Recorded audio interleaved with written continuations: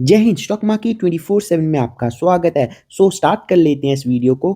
तो इस वीडियो हम बात करेंगे कैसे एआई पूरी दुनिया भर के बैंकिंग सेक्टर के लिए एक बहुत बड़ी मुसीबत बन सकता है। लेकिन अभी इसके बारे में कोई भी बात नहीं कर रहा क्योंकि सभी का ध्यान वॉर की तरफ लगा हुआ है। अगर आप शेयर मार्केट में इन्वेस्ट करते हो तो इस वीडियो को लास्ट तक जरूर देखना क्योंकि जो एआई का बैंकिंग सेक्टर पर इम्पैक्ट पड़ेगा वो आने वाले 2 से 3 सालों में पड़ेगा, जिससे पूरी दुनिया भर में महामंदी आ सकती है। तो मैं ऐसा क्यों कह रहा हूँ? अगर आप इस बंदे को जानते हो, ये इसका नाम है जैक डोर्सी, जो पहले ट्विटर को चलाता था। उसके बाद इसने एलन मस्क को ट्विटर को बेच दिया, लेकिन इसने एक नई कंपनी खोली जिसका नाम है ब्लॉक। इसने अपनी वर्क फोर्स में से 40% लोगों को निकाल दिया और इसने सीधा सीधा रीजन दिया कि इसके पीछे का कारण है एआई। मोस्टली कंपनीज अभी अपने एम्प्लॉयर्स को फायर कर रही हैं, लेकिन वो हमेशा कोई रीजन इधर-उधर से दे देती हैं, लेकिन इसने ऐसा बिल्कुल नहीं किया। इसने हम साफ तौर पे कहा है कि जो इसने लोगों को अपनी कंपनी से निकाला उसके पीछे का कारण एआई है। आने वाले टाइम में एआई से बहुत ज़्यादा लोगों की नौकरी जाएगी। इसकी कंपनी का नाम है ब्लॉक। पहले इसकी कंपनी में 10,000 लोग काम करते थे, अब उसको कट करके इसने 6,000 कर दिया और इसको मार्केट ने बहुत ही ज़्यादा पॉजिटिव लिया। जैसे ही ये खबर आई थी उसके बाद इसके शेयर में 24% की तेज़ी देखने को मिली थी। क्योंकि इन्वेस्टर्स को लगा कि अगर ये बंदे निकालेगा तो एक तो एफिशिएंसी बढ़िया होगी एआई के कारण और दूसरा खर्चे कम हो गए, जिसके कारण आने वाले टाइम में आपको इसकी कंपनी का प्रॉफिट ज़्यादा देखने को मिलेगा। अगर सभी कंपनीज का ऐसा माइंडसेट होने लगा कि वो लोगों को निकालना शुरू कर दे सिर्फ और सिर्फ अपने खर्चे कम करने के लिए, जिसके कारण क्या होगा, पूरी दुनिया में बहुत सारे लोगों को अपनी जॉब से हाथ धोना पड़ेगा और उनके पास कोई भी प्राइमरी सोर्स ऑफ इनकम नहीं रहेगा। ये जितनी भी मोस्टली डेवलप्ड नेशंस रहती हैं वहाँ पर स्टूडेंट क्या करता है, जब भी वो कॉलेज में जाता है वो बैंक से स्टूडेंट लोन लेता है, फिर जब उसकी नौकरी लग जाती है तो वो धीरे धीरे उस लोन को चुकाता है। लेकिन जब उस बंदे की नौकरी ही नहीं रहेगी तो वो लोन पर डिफॉल्ट करेगा और जो उनसे लोगों ने कार लोन ले रखे हैं, होम लोन ले रखे हैं, सभी अपने लोन्स पर डिफॉल्ट करेंगे, जिसके कारण पूरी दुनिया में बैंकिंग क्राइसिस देखने को मिल सकता है और 2008 वाली मंदी दोबारा से आ सकती है। और इस बारी जो मंदी होगी वो टेक्नोलॉजी के कारण आएगी, ना कि बैड लोन्स के कारण।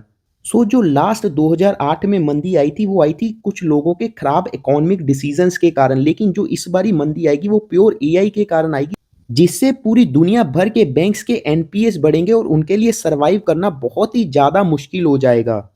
और फिलहाल इस टाइम पर गवर्नमेंट्स के पास कोई भी सॉल्यूशन नहीं है इस क्राइसिस से बचने का। और जब ये क्राइसिस आएगा तो हमारी इंडियन शेयर मार्केट पर इसका बहुत ज़्यादा असर देखने को मिलेगा, क्योंकि अगर आप देखो हमारा बैंकिंग सेक्टर निफ्टी में सबसे ज़्यादा कंट्रीब्यूट करता है।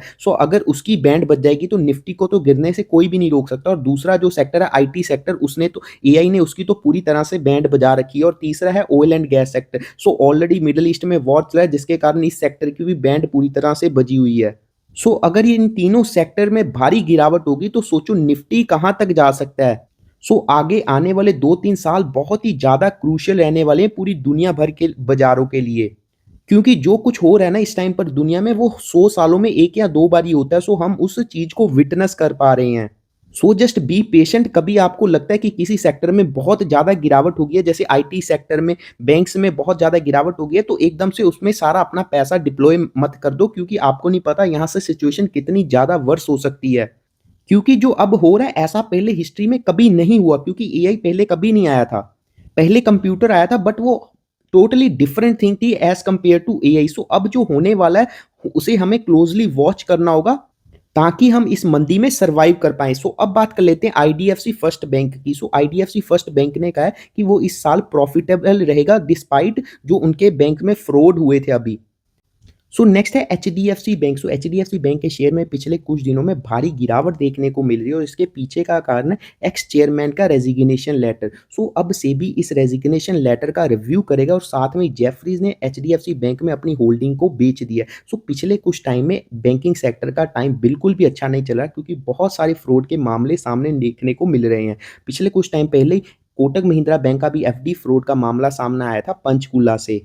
बैंक्स में ऐसे स्कैम्स का सामने आना निफ्टी बैंक के लिए बिल्कुल भी अच्छी बात नहीं है। अब बात कर लेते हैं इंडियन आईटी कंपनीज की।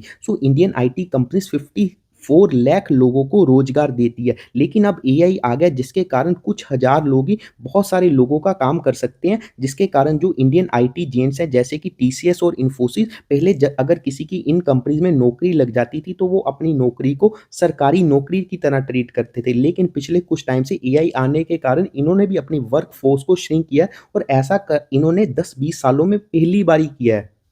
इसका आपको डायरेक्ट इम्पैक्ट देखने को मिलेगा क्योंकि 54 लाख लोगों को तो ये डायरेक्ट रोज़गार देते हैं, उसके अलावा 2 से 3 करोड़ लोग इनडायरेक्टली यहाँ पर काम करते हैं, चाहे वो फिर सिक्योरिटी गार्ड हो, रिसेप्शनिस्ट हो, कैब ड्राइवर हो या फिर बस ड्राइवर। बहुत सारे लोग इंडियन आईटी सेक्टर में जुड़े हुए हैं। कहीं पर भी डेंट पड़ता तो इसका बहुत बड़ा रिपल इफ़ेक्ट देखना को मिलेगा आपको इंडियन इकोनॉमी में।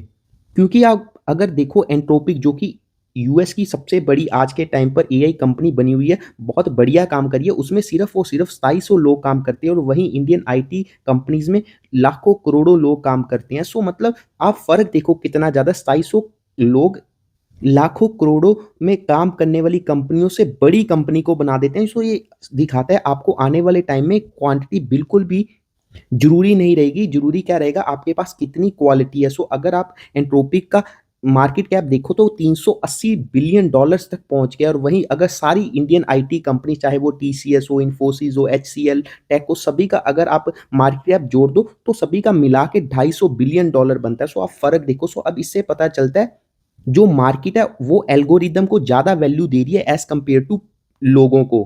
और ये चीज़ अब न्यू बिज़नेस रियलिटी बन चुकी है क्योंकि पहले ओल्ड मॉडल क्या था, जितने ज़्यादा आपके पास एम्प्लॉइज़ होंगे वो उतने घंटे काम करेंगे और आप उतना ज़्यादा प्रॉफ़िट कमा पाओगे। लेकिन अब न्यू मॉडल क्या कहता है, आपके पास सिर्फ़ एआई इंटेलिजेंस होनी चाहिए और स्मॉल एक्सपर्ट टीम होनी चाहिए। अब कुछ ही लोग होंगे टीम में और कंपनी में जो बहुत सारे लोगों का काम कर पाएँगे। इन कुछ लोगों की सैलरी बहुत ज़्यादा होगी। अब कुछ लोग बहुत ज़्यादा पैसा कमा पाएँगे और बाकी रेस्ट ऑफ द पीपल बहुत ज़्यादा गरीबी की रेखा में चले जाएँगे, जो कि बिल्कुल भी अच्छी बात नहीं होती किसी भी सोसाइटी के लिए, जिसके कारण बहुत ज़्यादा क्राइम देखने को मिलेगा आपको पूरी दुनिया में क्योंकि अगर उनके पास पैसा ही नहीं होगा, तो उनके पास कोई भी ऑप्शन नहीं रहेगा क्राइम के अलावा। और ये पूरी दुनिया भर के लिए वार्निंग है क्योंकि इस न्यू बिज़नेस मॉडल में कंपनीज़ के मार्केट कैप्स बढ़ेंगे, प्रॉफ़िट बढ़ेगा, लेकिन जॉब्स कम होंगी, जो कि बिल्कुल भी अच्छी बात नहीं है एक हेल्दी सोसाइटी के लिए। अगर आप एलन मस्क की भी बात करो, उन्होंने भी एक बारी वार्निंग दी थी जिसमें उन्होंने कहा था AI is far more dangerous than nukes.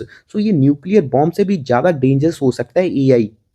I hope आपको अब तक सारी बात समझ लग गई होगी अच्छी तरह से। अब बहुत सारे लोगों के दिमाग में क्वेश्चन होगा, अब पैसा बनेगा कहाँ पर? मैं आपको बताना चाहता हूँ, जब कुछ ही लोगों के पास बहुत सारा पैसा होगा तो आपका पैसा उसी स्टॉक्स में बनेगा जो लग्ज़री कैटेगरी में काम करते हैं। आप उन स्टॉक्स पे फ़ोकस कर सकते हो जो लग्ज़री कैटेगरी में बढ़िया बिज़नेस कर रहे हैं। अगर आपने यहाँ तक वीडियो देख लिया, thanks for watching this video. अगर आपको वीडियो अच्छी लगी आप लाइक कर सकते हो और मेरे चैनल को सब्सक्राइब कर सकते हैं। जय हिंद।